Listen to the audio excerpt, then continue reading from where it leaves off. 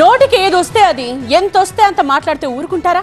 విదేశాల్లో కూర్చుని కారు కూతలకు వస్తే ఎవరూ పట్టించుకోరని ఒళ్ళు బలుప ఫేమ్ కోసం వ్యూస్ పెంచుకోవడం కోసం వెకిలి వేషాలు వేసినా ఏం చేయర్లే అని పొగరా?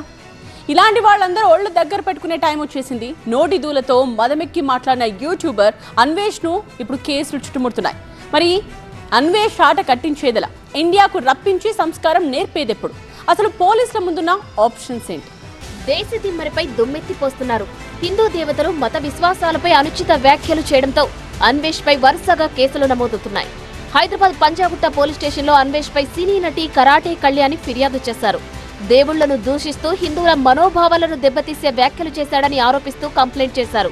దీంతో బిఎన్ఎస్ సెక్షన్ 352, 79, 299లతో పాటు ఐటీ చట్టంలోని 67 సెక్షన్ కింద అన్వేష్ పై కేసు ఫైల్ చేశారు పోలీసులు. గతి తప్పిన మాటలు, శృతిమించిన అన్వేష్ చేష్టలపై ఇటు ఖమ్మంలోనూ కేసులు నమోదయ్యాయి. అటు ఏపీలోని విశాఖలోని కొందరు అన్వేష్ పై ఫిర్యాదు చేశారు. విజయవాడ, తిరుపతిలోని బీజేపీకి చెందిన కొందరు నాయకులు కూడా అన్వేష్ పై చర్యలు తీసుకోవాల్సిందేనంటూ స్టేషన్ మెట్లెక్కారు. హిందువులు పూజించే సీతాదేవి, ద్రౌపది పట్ల అభ్యంతరకర రీతిలో మాట్లాడినందుకు కఠినంగా శిక్షించాలని డిమాండ్ చేస్తున్నారు.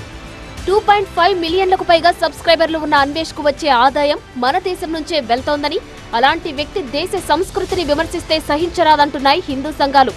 వెంటనే అతడి యూట్యూబ్ ఛానల్ను అన్సబ్స్క్రైబ్ చేయాలని ప్రజలకు పిలుపునిచ్చాయి.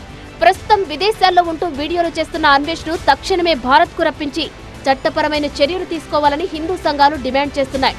చేతులు కాలేక ఆకులు పట్టుకున్నట్టు ఈ ప్రపంచ యాత్రికుడికి తత్వం బోధపడి సారీ చెప్పినా సోషల్ మీడియాలో పెద్ద ఎత్తున బాయ్కాట్ అన్వేష్ అనే హ్యాష్ ట్యాగ్ ట్రెండ్ అవుతోంది. ఇన్నాళ్లు అతగాడి కంపు భరించింది చాలు, అన్ఫాలో కండి, రిపోర్ట్ చేయండి అంటూ సోషల్ మీడియా అన్వేష్ కు వ్యతిరేకంగా హోరెత్తిపోతుంది. ఇటు ఆటగాడిని ఇండియా రప్పించి సంస్కారం నేర్పాలన్న డిమాండ్లు పెద్ద ఎత్తున వినిపిస్తున్నాయి. దీంతో అన్వేష్ విషయంలో పోలీసులు ఎలా ముందుకెళ్తారు? వచ్చినప్పుడు పట్టుకుందామని వదిలేస్తారా? ఎక్కడున్నా పట్టుబడేలా ఇతర దేశాల సహకారం తీసుకుంటారా? ఇక పాస్పోర్ట్ పై ఆంక్షలు పెట్టి ఇండియాకు రప్పిస్తారా? అసలు పోలీసుల దగ్గరున్న ఆప్షన్స్ ఏంటి అన్న విషయాలు ఆసక్తికరంగా మారాయి.